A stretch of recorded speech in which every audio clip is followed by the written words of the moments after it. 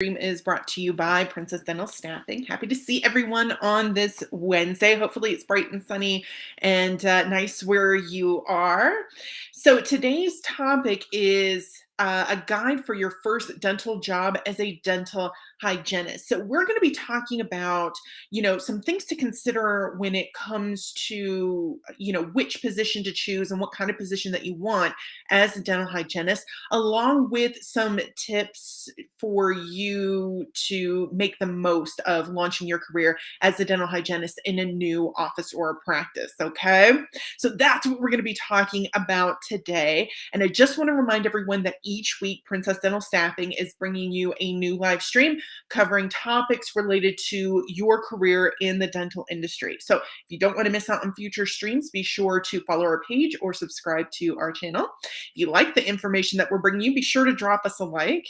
And if you have anything to contribute to the conversation, if you have any thoughts or insights or even questions about the content that we're bringing you, be sure to comment below. And if we couldn't get to your comment when this stream was live, of course, we'll get to it as soon as possible. Okay. Also, Princess Dental Staffing is an online dental job board. Okay. So their website is princessdentalstaffing.com. So if you're a dental hygienist, or maybe you're a dental receptionist or a dental assistant or a dentist, you can definitely hop on to princessdentalstaffing.com and see what positions they have available in your area. They have permanent, temporary, full-time, part-time positions available. It's also really easy to create a profile and get your information in front of hiring managers as well on princessdentalstaffing.com. And you can check out their blog, which covers a lot of the same topics that we cover in these live streams as well. Okay. All right, so let's get to it. Let's first start off by talking about, things to consider, some of the steps that you want to take when deciding, what position you want, where you want to go, and where you want to be in your dental hygienist career, okay? Because dental hygienists are in high demand in a lot of different areas across the country. So you definitely have some control over the types of positions that you want to, obtain, apply for. You've definitely got a wide variety out there. So you definitely have some say in this. Okay. So it's really important to consider your options. Okay. So some things to consider, first of all, where do you want to be? Okay. Think about your location. Do a little bit of research. If you're really open to location, like if you're open to moving or going somewhere else, moving somewhere else, definitely think about your location. You can do some research, take a look at, what the demand is for, a dental hygienist in certain areas, and find out, which areas require or have the highest demand. Okay. Also, which areas pay the most, right? In terms of, paying the most in comparison with, local cost of living, right? Because if the pay is kind of similar across, several different locations that you're looking at, but the cost of living is kind of fluctuating, definitely compare those two things to make sure that you're getting the most bang for your buck, right? So definitely some things to consider if you are open to relocating, or if you're just looking to stay in one area, definitely take a look at, what you can expect in your local area as well. Okay. Just so that you're armed with that knowledge. Okay. Also, take a look at the benefits that the company is offering as well. Salary isn't the only way to be compensated, okay? I mean, it's definitely, important, of course, right? Salary is kind of important, but so are benefits, because there are definitely a lot of benefits to benefits, right? Things like, HSA or FSA contributions, things like 401k matching, things like maybe tuition reimbursement, or those sorts of things. That's money that you may not see in your paycheck, but it's definitely money, and it's definitely worth something, right, for you to have. So take a look at the benefits that are offered, and kind of include that when you're deciding, which position to take. Okay. And last thing you definitely want to consider is office culture. Okay. So it's really important for you to sit down and think about, what it is that you value. in a workplace, okay? And try to find offices and practices that have those same values or that align pretty closely with your values, because that means it's going to be sort of a harmonious partnership, right? You both have the same vision, you both have, the same priorities when it comes to, patients and how the office is run and those sorts of things. And it just makes it a lot easier for you to go to work every day when you are in alignment with the practice and what they value and what they expect from you and what you expect from them. Okay. So, just a few things to consider when taking that first step, which is discovering the ideal hygienist job and position for you. Step two is deciding what type of position. Okay. So, earlier in my introduction, I talked about the fact that Princess Dental Staffing has positions available for part time, full time, permanent, temporary positions. So, you may decide that you want a permanent full time position. You may decide that you want a permanent part time position. Maybe you want a permanent position and a temporary position that you can do, on your days off just to get a little extra cash. Or maybe you just only want to do temporary work. It's really going to depend on what your needs are. And some of the factors that you kind of want to consider are things like, what are your obligations outside of your job, right? Do you have a lot more obligations? Because then you may want to think about, permanent full-time, permanent, part-time. If, you have a lot of maybe not obligations, but things that you're involved in, maybe temporary work is a little bit better for you. Or maybe if your obligations are at a minimum and right now you are working towards some sort of financial goals, then maybe permanent and temporary role at the same time might be right, in your lane, within your speed, right?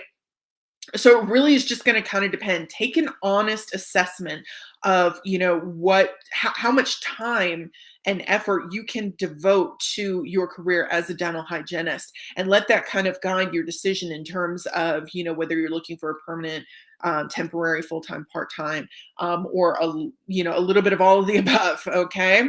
And again, Princess Dental Staffing has a lot of different positions in all of those different areas and all of those different types of work. So you can definitely take a look at princessdentalstaffing.com today and see what positions they have available and what best matches what your goals are for yourself. Okay.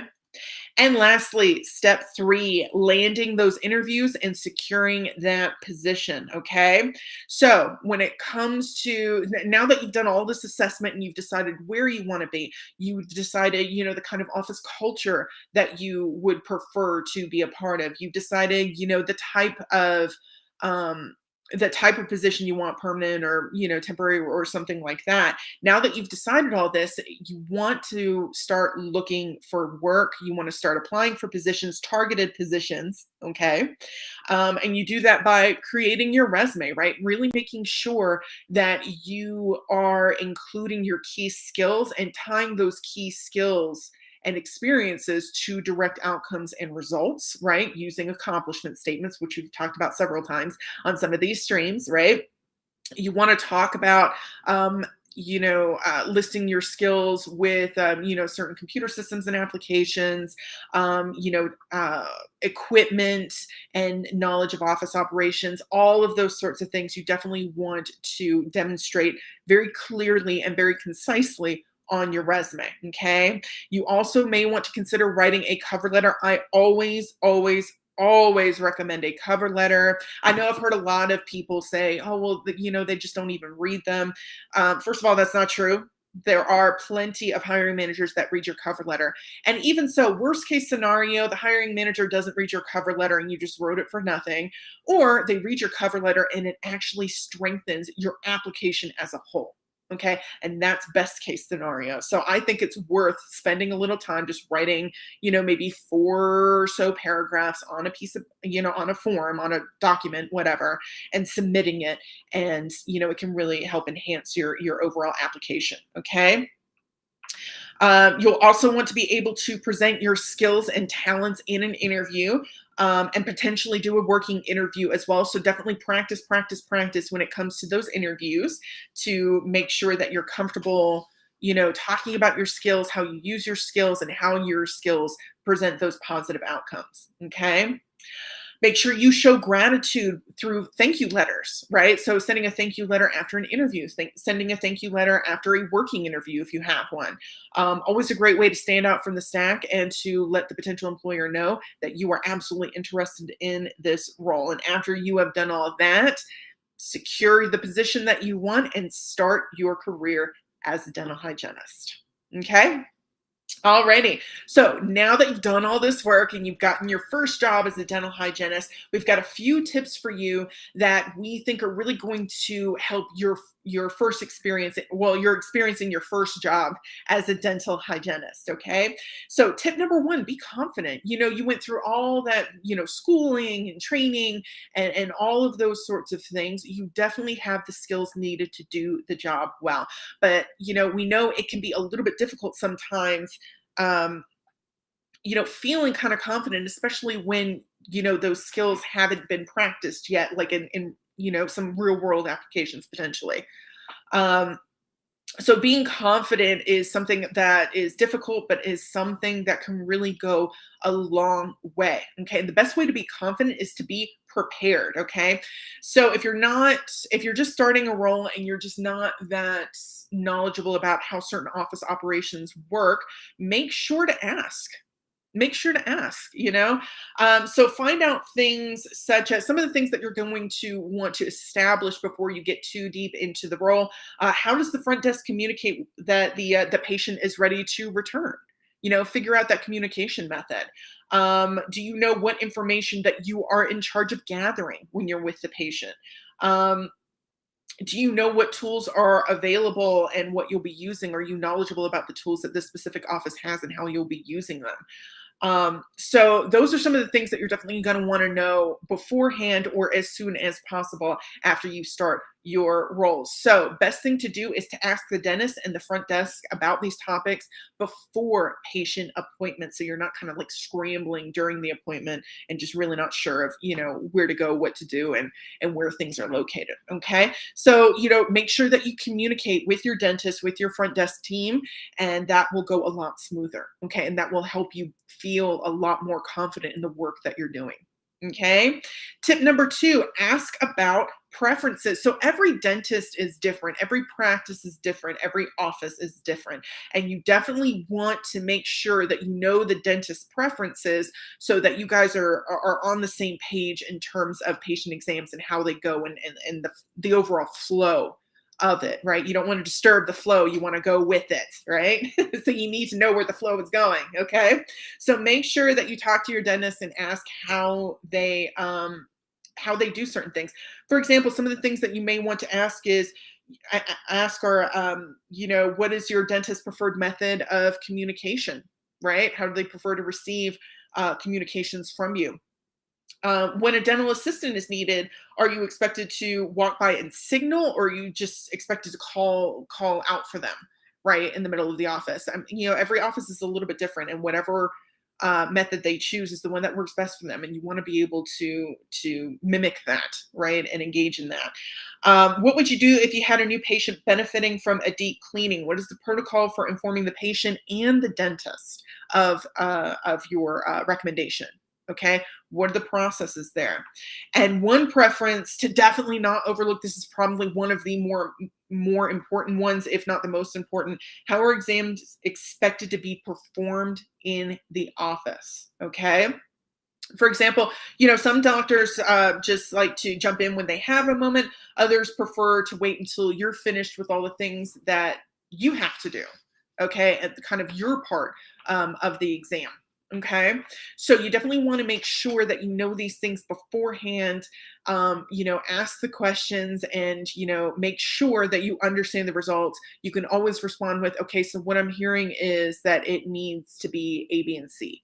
Okay, so make sure that you're all clear on how this works, and that will go a long way to saving you time, effort, and energy.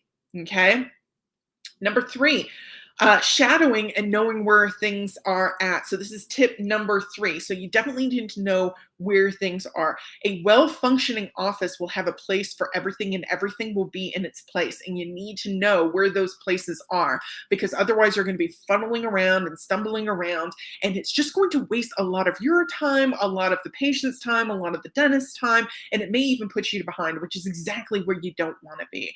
So make sure that you know where, the supplies are for your patient, masks, gloves, particular dental and hygiene tools. Make sure you know where all of those things are located. Okay, so that you know where to go and what to do when you need all of those things. Okay. And then shadowing as well, if it's possible, if the office has a second hygienist on staff, or maybe the hygienist that you're replacing is still somewhere in their 2-week notice, right? They're about to leave and you're filling in for them, like you're replacing them. See if you can't shadow them and follow them around a little bit and get a good idea of again, where things are, and some of the processes that go on in the office. It's really valuable information for you and for everyone else, patient, dentists, and front office as well. Okay. Tip number 4, what do you need? Know what you need. Okay. So perhaps you require a tool or equipment that the office doesn't have. Okay. We recommend that you definitely request this as soon as possible. But, with this being your first day or perhaps your first week, it might be a little bit difficult to or challenging to persuade the office to purchase said tools or equipment, especially if it's like a larger purchase. If it's something that's a little bit more on the expensive side, might be a little bit difficult to convince them to purchase that and to invest in that tool or that equipment. Okay, so in that case, you may want to consider bringing your own tools or equipment, depending on what it is, obviously, depending on what it is. Okay, you may want to consider that, because having the right tool and the right equipment means that the job gets done more efficiently and more effectively. Okay, which is always beneficial to everyone involved. Okay. Something else that you can do during the interview process, make sure that you ask about, the office's equipment. Like if you don't have a working interview and you don't get a chance to kind of see all the stuff that's happening in the office and what they have and that sort of thing, it's a really good idea to, ask about that kind of stuff in the interview. Okay, what are the processes here? What are the procedures here? What equipment do you have? What are you operating on? Those sorts of things. Okay. And lastly, tip number 5, treat the other employees with respect. Okay. It's simple, it's common knowledge, but it's something that is very, very important. So we definitely feel the need to include it here. You always want to be sure to entreat all of the other employees with dignity and respect, and you never want to communicate disrespectfully. Okay. Because at the end of the day, you guys are a team. Everyone is a team and you're working together for the office and for the patient. Okay. So, treat others with respect, especially if you need something from them, like to know where something is, or if you have a question, or if you need to understand something or are confused about something, make sure that you're treating them with respect when you ask them questions and when you communicate with them, especially being, considerate of their time. Okay. And always, and treating others with respect, it's more likely that they will treat you with respect as well. So always be respectful in your communications. Never be afraid to step up and volunteer for things such as assisting in cleaning up messes or sterilizing tools or those sorts of things. Okay. That respect that you have for everyone is going to really shine through, and it's going to encourage others to respect you as well. Okay. Alrighty, so let's go over all that, because I know that was a lot of information. I knew I threw a lot of information at you at once. So let's kind of do a quick recap. Okay, so when it comes to looking for a hygienist role, step 1, you want to make sure that you're discovering the ideal hygienist job and position for you. You want to think about things like location. You want to take a look at benefits packages. You want to explore office cultures and see what aligns with you really well. Step 2, you want to decide on your position. Maybe you want permanent, maybe you want temporary, maybe you want a little bit of both, something in between. Make sure that you check out all your options and make a decision from there, depending on your particular circumstances. And step three, get those interviews, create that resume, create those cover letters, apply for roles, do your research, present your information well in your interviews. Okay. And that's going to do a lot. Okay. And then also show your gratitude through thank you letters. And that's going to go a long way in helping you in your career. Okay. And then after you get that role, 5 tips after being hired. Number one, be confident you know your stuff. Just be confident that you know your stuff. And if there's something that you have a question on, definitely ask the question and be as prepared as possible, because that's going to help you feel as confident as possible.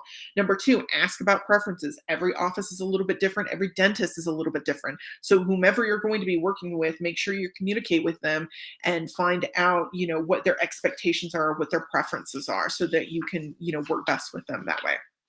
Number three, shadowing and knowing where things are. You've got to know where things are. Otherwise, you're going to waste a lot of time during the day and potentially get behind. So if you have the opportunity, see if you can't shadow someone.